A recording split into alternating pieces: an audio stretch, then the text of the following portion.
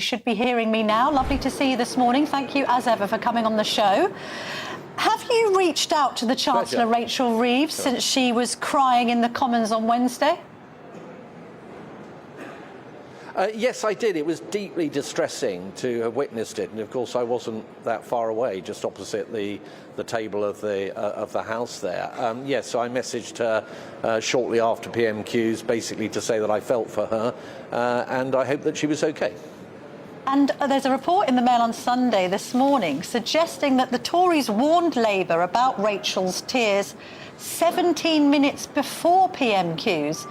So did you see that, Mr. Stride? Did you see that she was distressed quite a long time before anyone else picked up on that?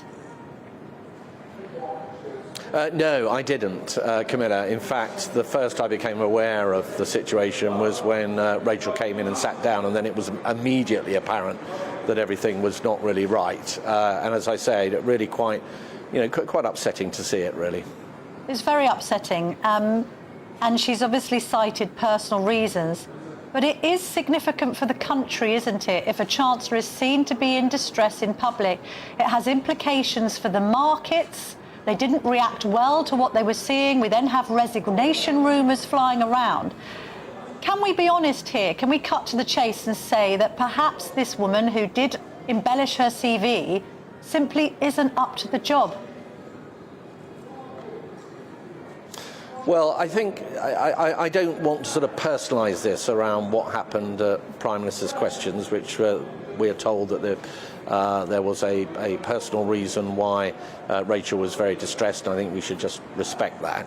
But stepping away from that situation, of course, absolutely terrible mistakes have been made with our economy, not just by this Chancellor, but also by the Prime Minister, in terms of being a government that came in saying they weren't going to put up everybody's taxes, then clobbering businesses and destroying growth.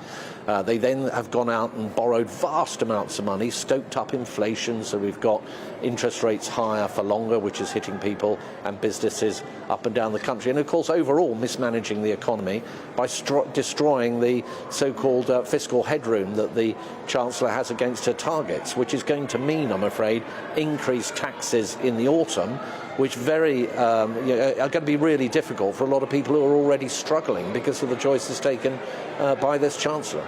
Well, this is what I can't quite understand. You've written to the Office for Budget Responsibility saying, goodness me, we need clarification of Britain's finances. We need new forecasts. I can see, Mel, that you're competing there with a team of children walking into the BBC. So bear with me. You've written to the OBR. We've got the Chancellor in tears on Wednesday, which rocks the financial markets. At some point or other, and Robert Jenrick has said this, he said she needs to consider her position. I can't quite understand why you won't say that. You're clearly concerned about the Chancellor's policies. You're concerned about the negative impact of the autumn budget. You've written this letter to the OBR saying, my God, the state of our finances are appalling. And yet, whenever I ask you, should the Chancellor consider her position, you play Mr. Nice Guy. She needs to consider her position, doesn't she? Because Britain's economy is tanking, according to the Tories. Well, Camilla, look, they should all go, OK? And if Rachel goes, the Prime Minister should definitely go. We've had far too long over the last year of broken promises. You know, a government that said, for example, they wouldn't tax our farmers and then came in and did exactly that.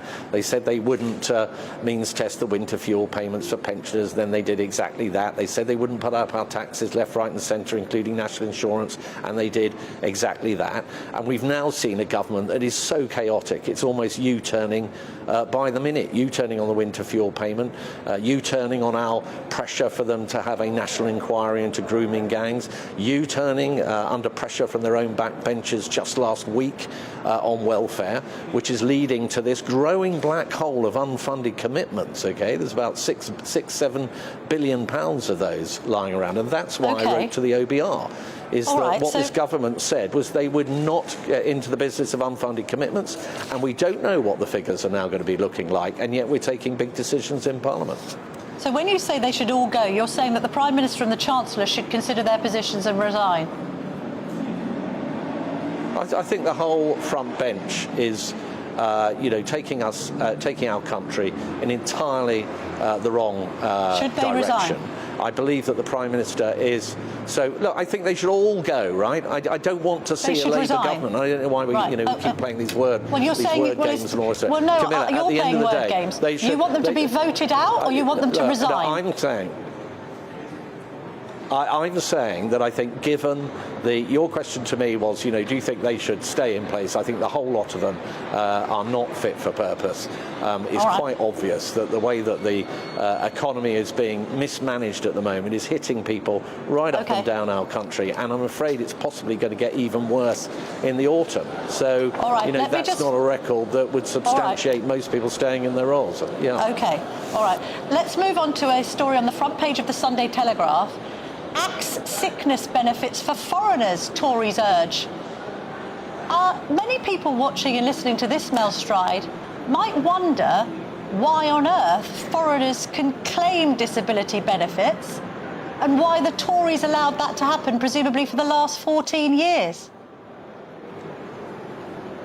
So what we're putting forward, Camilla, is an amendment to the welfare bill, such as it is, because it's been largely gutted by this government, but what remains of it, to basically say that the government should come forward with a discussion document to look at this whole area, because we do believe that British citizenship should mean something, and when it comes to welfare, we know that the costs are ever spiralling upwards, and we need to get that under control, and that's a big dividing line between ourselves and Labour, and indeed between ourselves and Reform, who want to spend more, for example, by removing the two-child benefit cap. So we believe there should be a serious discussion about this in terms of arresting the size of the welfare bill.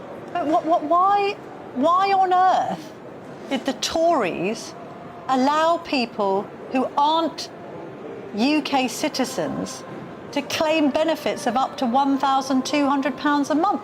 Why on earth didn't you do something about it when you were actually in power? So what we did do, and I was Secretary of State at Work and Pensions for the last 18 months of the last government, was to bring in some very fundamental reforms around the work capability assessment. That's the gateway into these long-term sickness and disability benefits.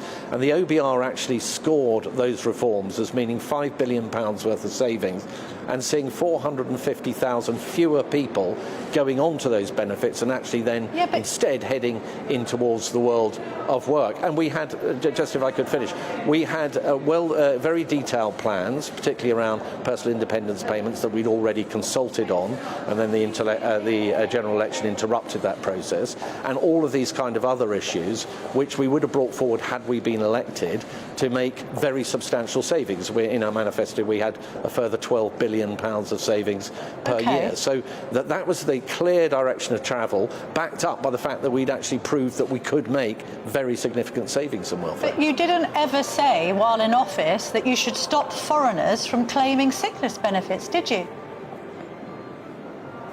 So there is a moment in time at which all sorts of policies come forward. We are under new leadership under Camilla Badenoch. This is, I think, a very important area that we should be looking at. But, Camilla, that shouldn't detract from the very important things that, firstly, we did when we were in office to grip welfare, and secondly, the very clear plans, fully funded, fully costed plans I know we you had, did things going much further.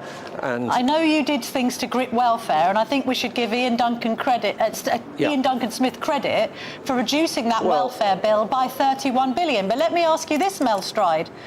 How much would you reduce the welfare bill by now? Because Jeremy Hunt, of all people, is saying, let's shave 50 billion off it. How much would you shave off it? Give me a figure now.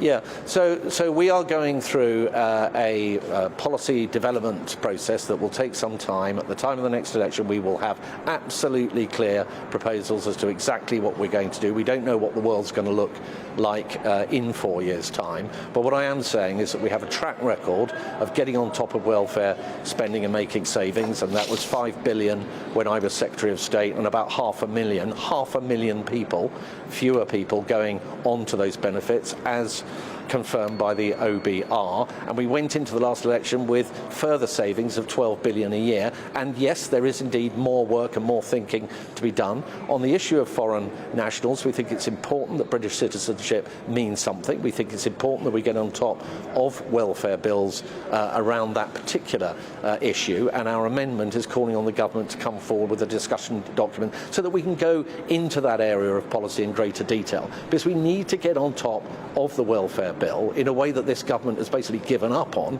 and in a way that Reform is prepared to spend even more on welfare when you look at things like the two-child cap, and we don't think that's right. We think work matters, Camilla, more than just being on benefits. It's getting people into work that matters. Work matters. We're both working on a Sunday morning, and I'm grateful as ever for your contribution, Mel Stride. Thank you very much indeed. Thank you. All right.